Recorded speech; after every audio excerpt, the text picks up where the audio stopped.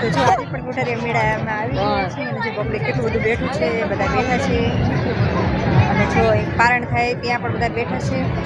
તો ચાલો મેળામાં જવાનું છે.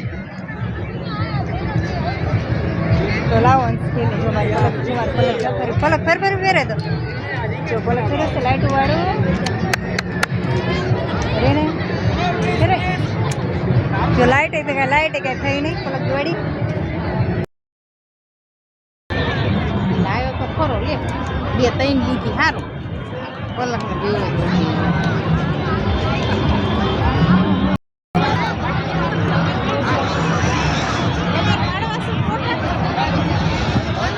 ત્યાં જાવી સારું હોય તો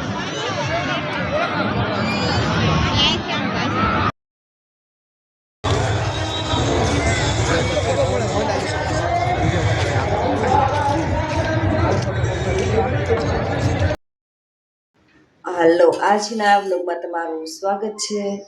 અને કેટલા વાગ્યા 10 વાગી ગયા છે. કાલે કોઠારીયા મેળે ગયા હતા ને, તો કાલ કે છેલ્લો દિવસ કર્યો એટલે કાલે ગયા મેળામાં. એટલે જો અત્યારે ઉઠ્યા 10 વાગ્યા. કાલે કેટલા વાગ્યા આવ્યા હતા? 1 વાગ્યો હશે, 1 વાગે ઘરે આવ્યા હતા. એટલે જો ઉઠવા મોડું થઈ ગયું તો બિચારા નિશાળ જવાના તો વહેલા ઉઠીને વહી ગયા.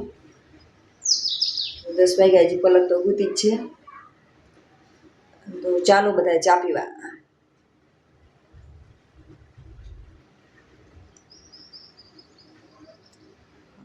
આજે છેલ્લો દિવસ બપોર લગીનો હે કોઠારીયા, બાકી હોય જઈ આવજો. અને અત્યારે કેટલા 11:30 થયા છે અને પલક અત્યારે જાગી. અને અમારે ને ઓસરીનો પંખો જો આ રહ્યો ને આજ બંધ થઈ ગયો છે. પંખો બંધ થઈ ગયો છે ને એટલે પલકે મેળામાંથી પંખો લીધો કાલ. આમ તો 2 દિવસ થયા નહીં પલક આપણા પંખો બંધ થઈ ગયો. 2 દિવસથી મારા પંખો બંધ થઈ ગયો છે. તો પલક ને મેળામાંથી લાવી પંખો 100 રૂપિયાનો, તે બધા જોઈ લેશે. તો જો આ પંખો લાયા. પલક દેખાડ તો પંખો હરખો, પંખો ઊંચો કરતો પલક દેખાડ તો. અને જો આ પંખો લાવ્યા 100 રૂપિયાનો અને આમાં પવન બહુ મસ્ત આવે નહીં પલક? પછી કપડા ધોઈને આવી અંદર તાતો કે મમ્મી મને મેગી બનાવી. 2-3 દિવસથી એકદમ તો પલક ને ખાવા જોઈ દીધી, ના પાડું પહેલા. પલક જો પલક મેળામાં ને કાલે આવું બકલ લીધું. પલકે આવું બકલ લીધું બ્લેક વાળું. અને મેં મારા માટે આ બકલ લીધું, વ્હાઈટ લીધું અને એક બ્લેક.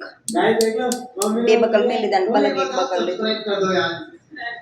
તો ચાલો પલક માટે મેગી બનાવી નાખું.